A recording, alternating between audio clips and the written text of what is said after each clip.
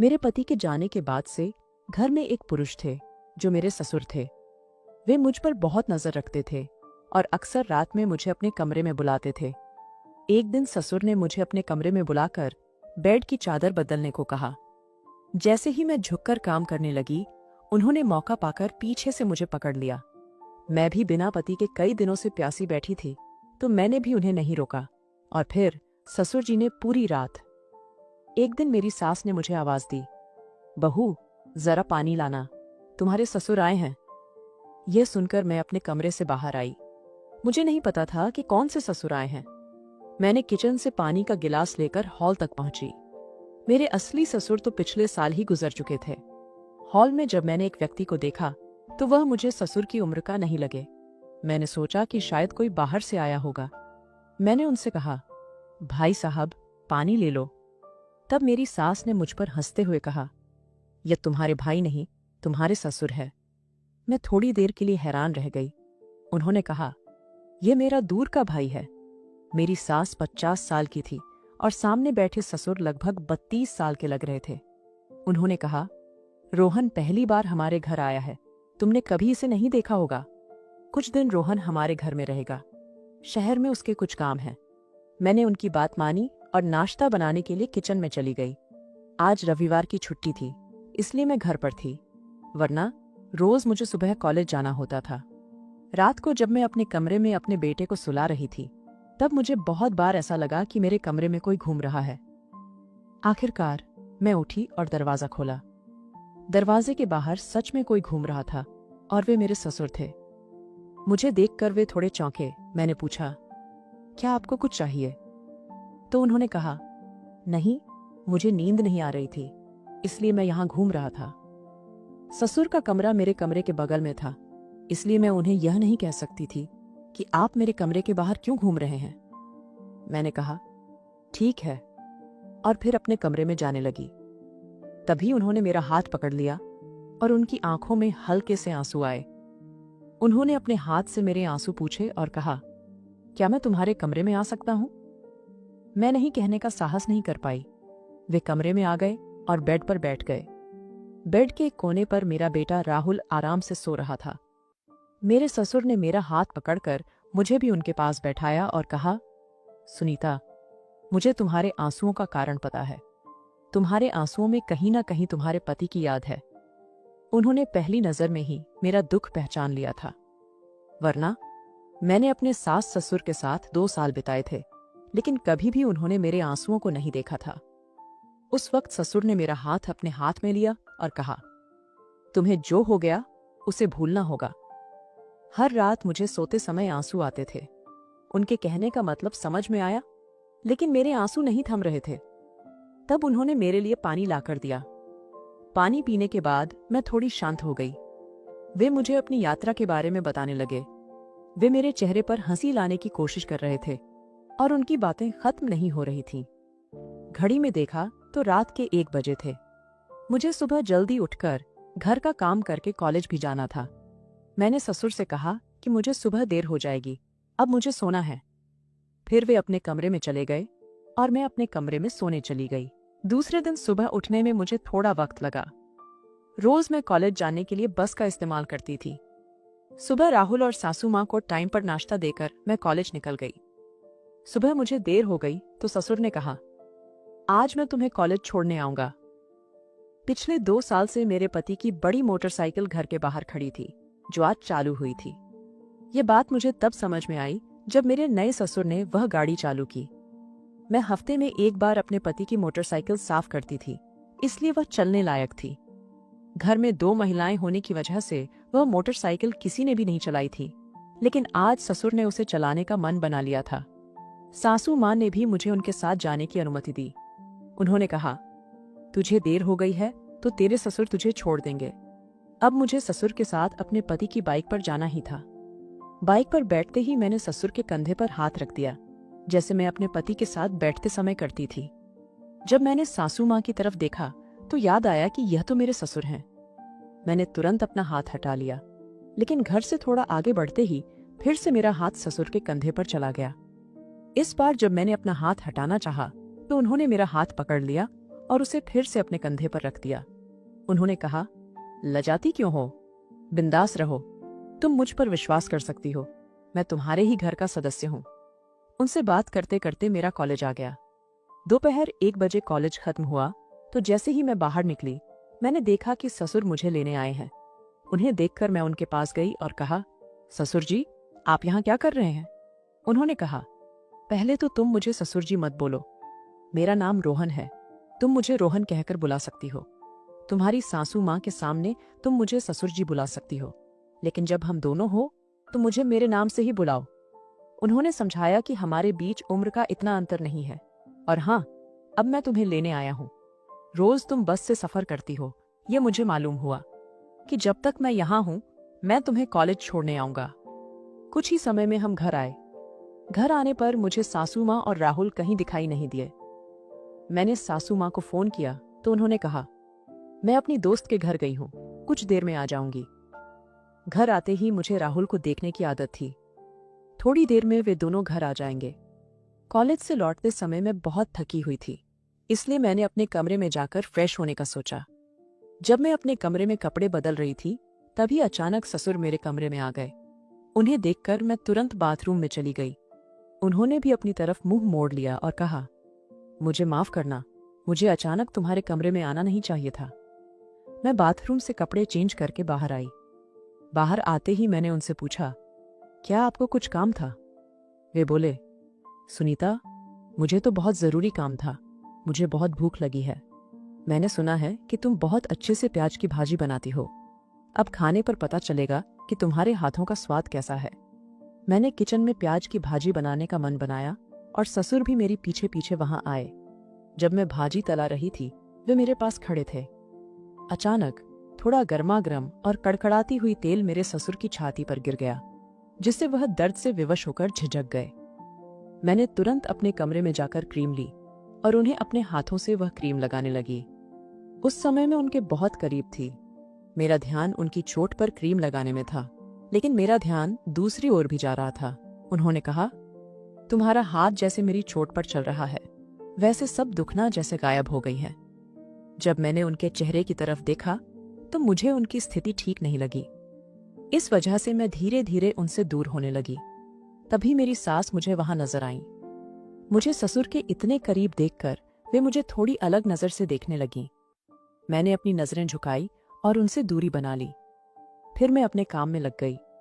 वे इस बारे में कुछ नहीं बोले, लेकिन अब मुझे सासू माँ का हमेशा मेरे पीछे होना थोड़ा टकने लगा था। मैंने सासू माँ से इस बारे में शिकायत करने की हिम्मत नहीं की। राहुल अब अपने नए दादा के साथ काफी घुल मिल गया था। वह रात में सोने से पहले उन्हें हमारे कमरे में लेकर आता था और वहीं उनके साथ खेलता था। मैं ससुर से कह नहीं सकती थी कि वे अपने कमरे में जाएं, लेकिन राहुल को मैं उनके सामने डांट देती थी। लेकिन वह छोटे हैं, इसलिए ससुर भी जानबूझकर मेरे कमरे में रुकने का बहाना खोज लेते थे। एक दिन राहुल भूख के कारण रोने लगा। तब ससुर मेरे कमरे में ही उसके साथ खेल रहे थे। मैं दूध लाने किचन में गई। दूध लेकर आने तक राहुल सो गया था। जब मैं उसे सोते हुए देखती हूँ, तब मैं दूध वापस किचन में रखने जा रही थी।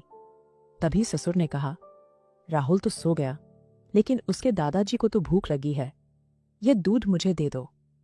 जब मैंने ससुर को दूध का गिलास दिया तो उन्होंने मेरा हाथ मजबूती से पकड़ लिया।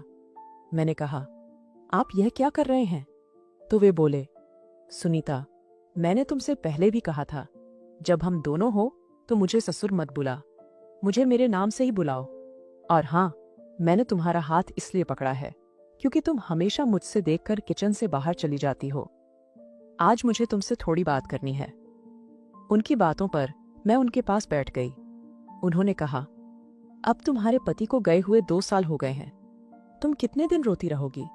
तुम बहुत सुंदर हो और तुम्हारी उम्र भी अभी है, तुम कितने दिन इस तरह का जीवन जियोगी? तुम्हें नहीं, लेकिन राहुल को तो अपने पिता की जरूरत महसूस होती होगी। मैंने सोचा कि मैं शादी के खिलाफ थी और अब किसी से शादी नहीं करना चाहती थी। इस विषय पर मैंने ससुर से ज्यादा बात नहीं की थी, फिर भी वे मुझे समझा रहे थे। उन्होंने पूछा, अगर तुम किसी पर विश्वास नहीं करती हो तो मुझे बताओ कि मैं तुम्हें कैसा लगता हूं। उनके सवाल पर मैं उन्हें धीरे धीरे देखकर रह गई। घर में एक पुरुष के आने से माहौल काफी बदल गया था, लेकिन मैंने कभी भी ससुर के बारे में ऐसा नहीं सोचा। मैंने रोहन की बातों पर कोई प्रतिक्रिया नहीं दी। वह अपने कमरे में जाते ही मैंने अपने कमरे का दरवाजा बंद कर लिया और सो गई। सुबह जब मैं उठी तो हॉल में राहुल मुझे ससुर के हाथ में दिखा।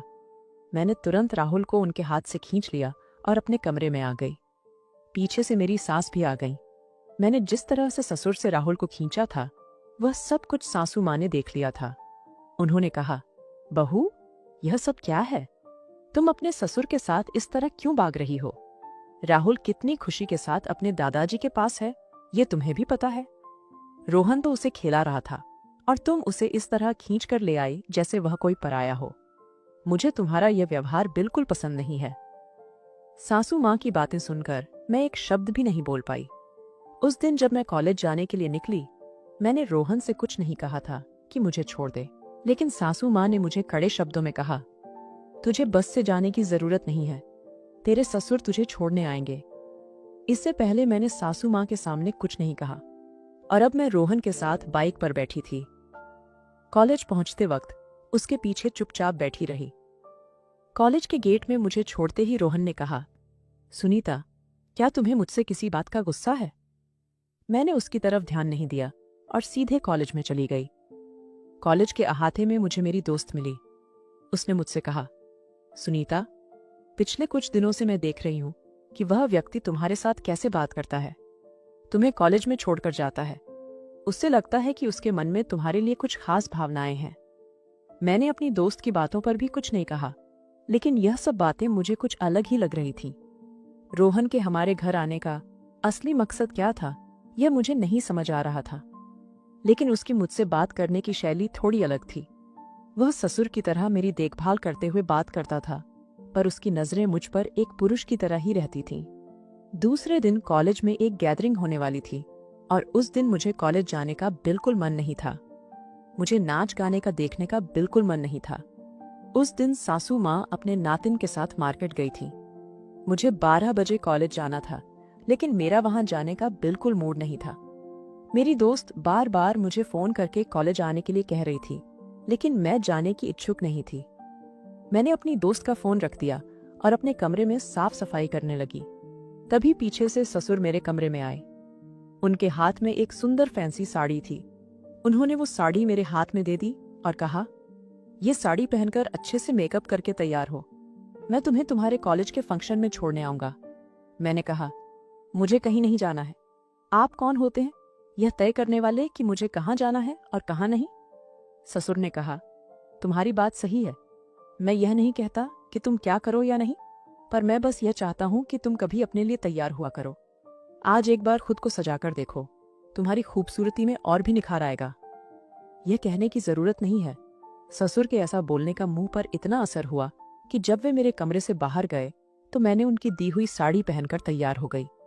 जब मैं तैयार हो गई तो मैंने अपने कमरे का दरवाजा खोला। जैसे ही दरवाजा खोला, मैंने देखा कि ससुर बाहर खड़े हुए थे। उन्होंने मेरा हाथ पकड़कर मुझे फिर से कमरे में ले जाने की कोशिश की। उन्होंने अपने हाथों से मुझे लिपस्टिक लगाई।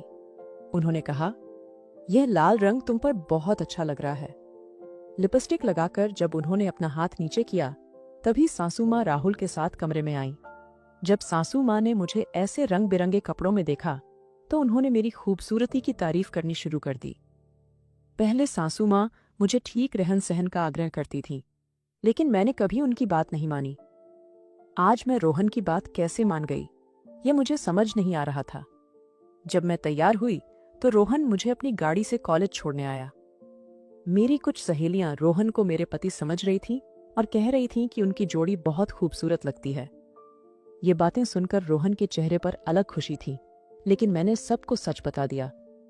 मैंने कहा, ये मेरा पति नहीं है, ये मेरे ससुर हैं। इतना कहने पर सबकी आंखें खुली की खुली रह गईं। कॉलेज के फंक्शन में आने के बाद रोहन मेरे साथ ही रहा। जब हमने कॉलेज से घर जाने के लिए गाड़ी में बैठे तो मेरा हाथ अनायास ही रोहन के पैर पर चला गया। लगभग आधे रास्ते तक मेरा हाथ उसके पैर पर था। अचानक मुझे होश आया और मैंने अपना हाथ वहां से हटा लिया। मुझे समझ नहीं आ रहा था कि मुझे ऐसा क्यों महसूस हुआ। घर पहुंचते ही सासू माँ राहुल को लेकर सब्जी खरीदने गई थी और मुझे पता था कि वह कम से कम 1 घंटे नहीं आएंगी।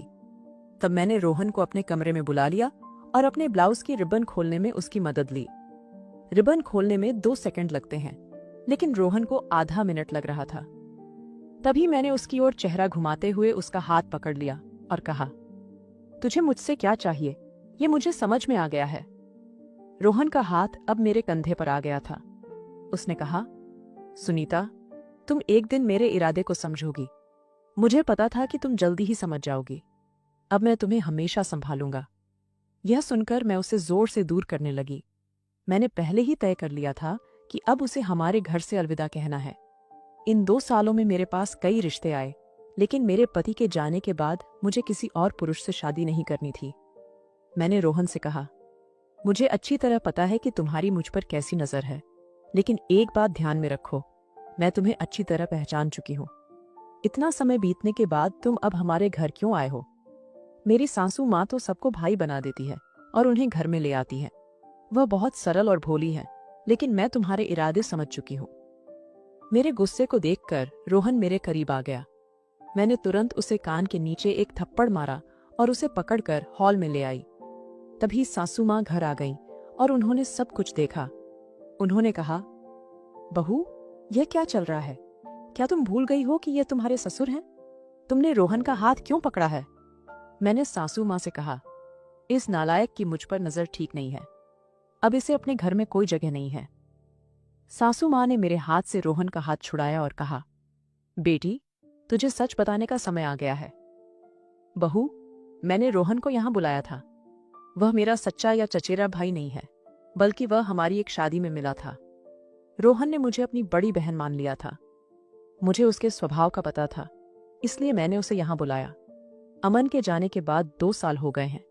मैं रोज देख रही हूं कि तुम कैसे जी रही हो। तुम रात में सोते समय कुछ बड़बड़ा रहती हो। तुम्हें सब चीजों से बाहर निकालने का एक ही तरीका था, और वह था तुम्हारे लिए शादी करना। लेकिन तुम इसके लिए भी तैयार नहीं थी, इसलिए मैंने रोहन को घर बुलाया। उसके साथ रहने के बाद मैंने सोचा कि शायद तुम्हारा मन बदल जाएगा, लेकिन तुम तो अब भी अपने मन को पूरी तरह से कठोर बनाए हुए हो।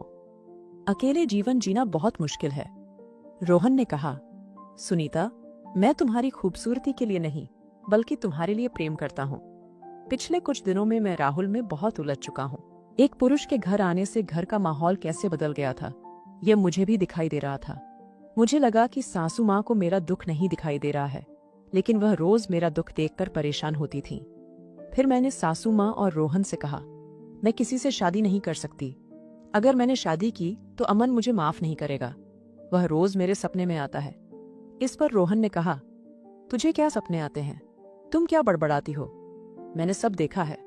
सुनीता, तुम जो सोचती हो वही तुम सपने में देखती हो। अमन की यही इच्छा होगी कि उसकी पत्नी और बेटा खुश रहे। तुम्हें दूसरी शादी करने का अधिकार है। राहुल को पिता की जरूरत है। रोहन ने मुझे मेरे विचारों से बाहर निकालने में बहुत मदद की। तब मैंने उसके गले लगकर रोना शुरू कर दिया। रोहन ने कहा, ये तुम्हारे आखिरी आंसू समझो।